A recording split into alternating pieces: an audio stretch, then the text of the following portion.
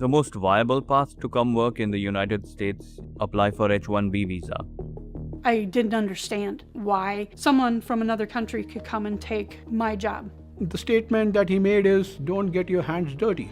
Remember earlier this year when Elon Musk and President Trump were still friendly? That shaky alliance brought to the fore a persistent controversy in Trumpland.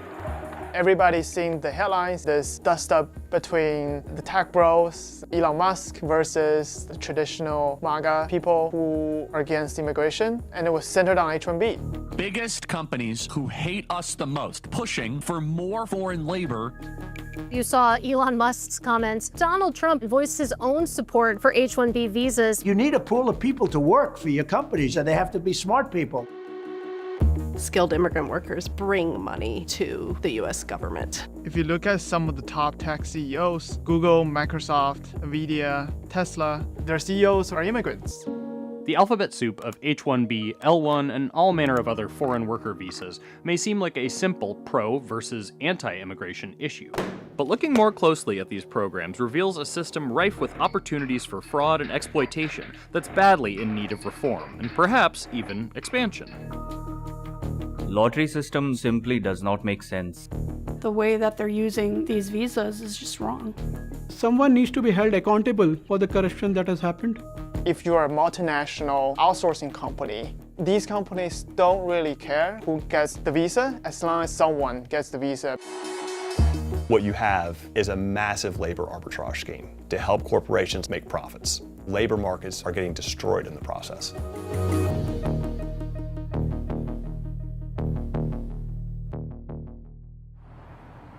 The H-1B program was designed to attract the best and brightest to fill high-skilled jobs in the United States where domestic talent is in short supply.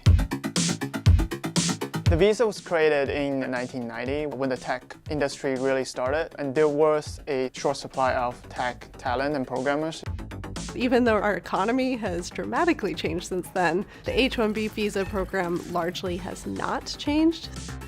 Something close to 80% of the petitions are now held by Indian workers. Part of it is because India has very much built their economy around services, software engineering, the types of skills that the US economy tends to not have.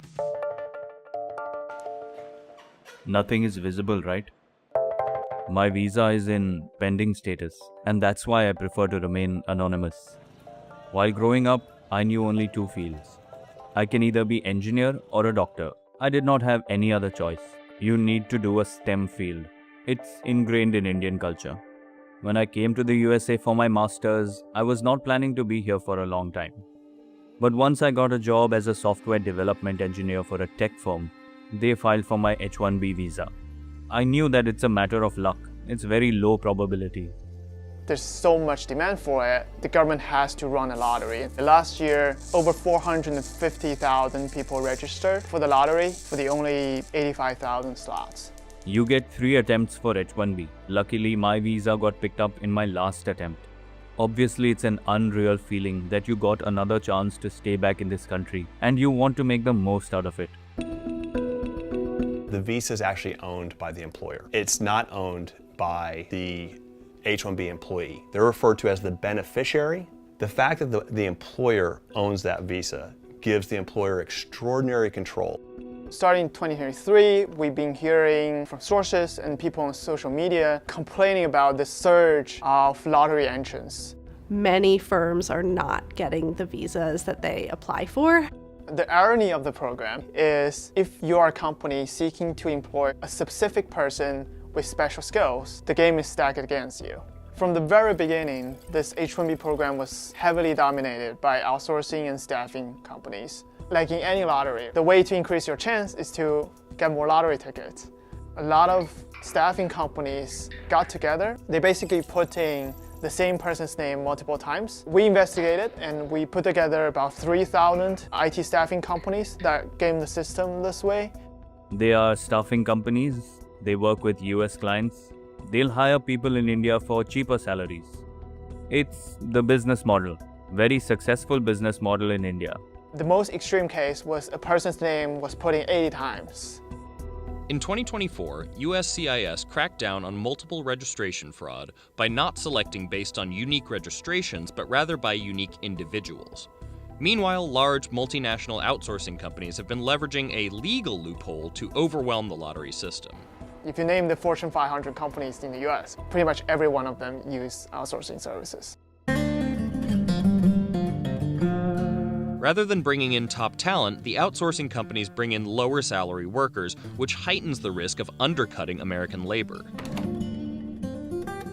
Tomahawk is a town in northern Wisconsin. Harley-Davidson has 2 paint plants here and their extrusion molding facility. We paint all the parts that you see on the bikes. Small town America. Everybody knows everybody. When I first started, I was hired with Infosys as a contractor in the IT department. Not a lot of IT jobs up here. I mean, this is northern Wisconsin. Good jobs are hard to find. The internship was basic desktop support, monitors, printers, all that good IT stuff. I loved it.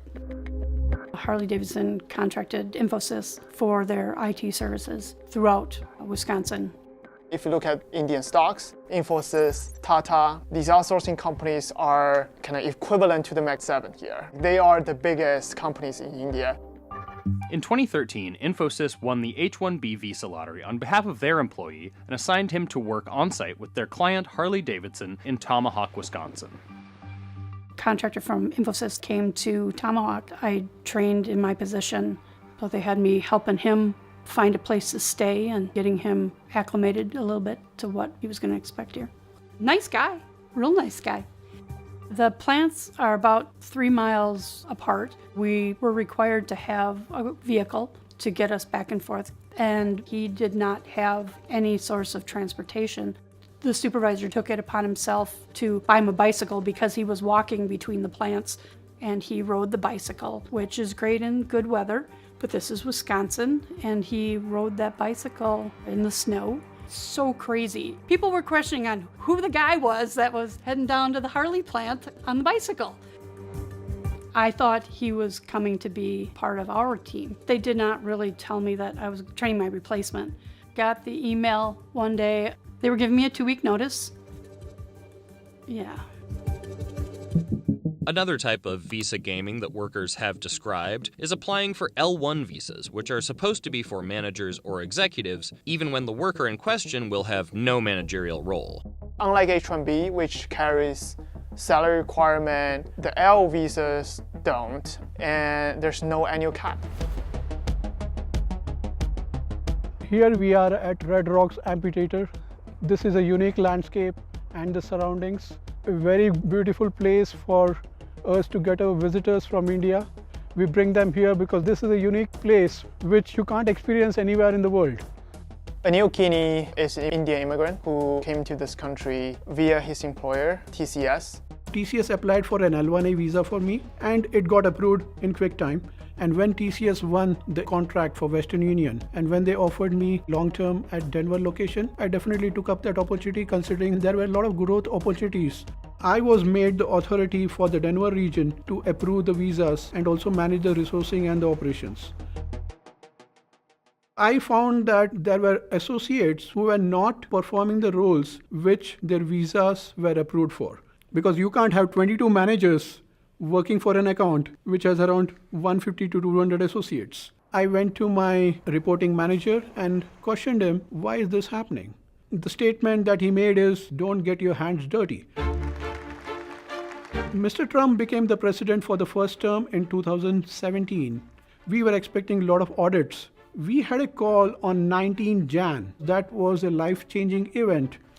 That led me to file the whistleblower complaint. In that call, the senior operations lead from North America instructed us to falsify records to be compliant with the upcoming audits. TCS, Tata Consultancy Services, is part of the Tata Group, which is the biggest company in India. What really jumped out in the data, Tata has obtained 5 times as many L1As compared to its closest competitor, like Cognizant, like Infosys, with a similar US headcount. It's unclear to us why you're in the same industry, You have a similar workforce in the US, but you need 5 times as many visas. I rejected giving those approvals and I made it clear to my new manager that I would not be approving any visas which are not right.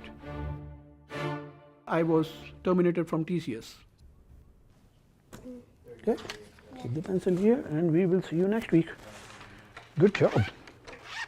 I started looking for jobs in the IT industry. I got no response even though I was a green card holder and had all the qualifications and I was ready for it. I had already made my plans for other career options and this has worked well so far for me. Good job. If you're comfortable, do that. If it's making you slow, then try to do this way. I think there is general consensus that this program is in dire need of reform.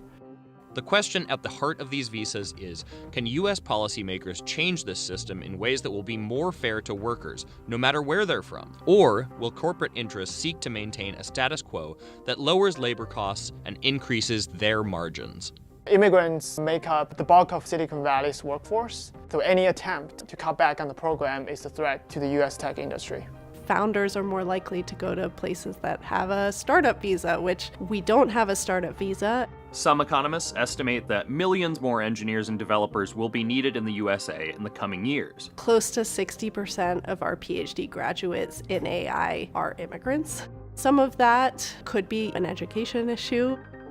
Wherever you go, you need math, whether you're buying groceries in a store or whether you're building rockets. Math is a core skill that you need to have. That's why we have a lot of Indians doing good in engineering, because your math skills are strong from an early age. So that is the skill that we are trying to give to our students through mental math, and like math instead of hating math.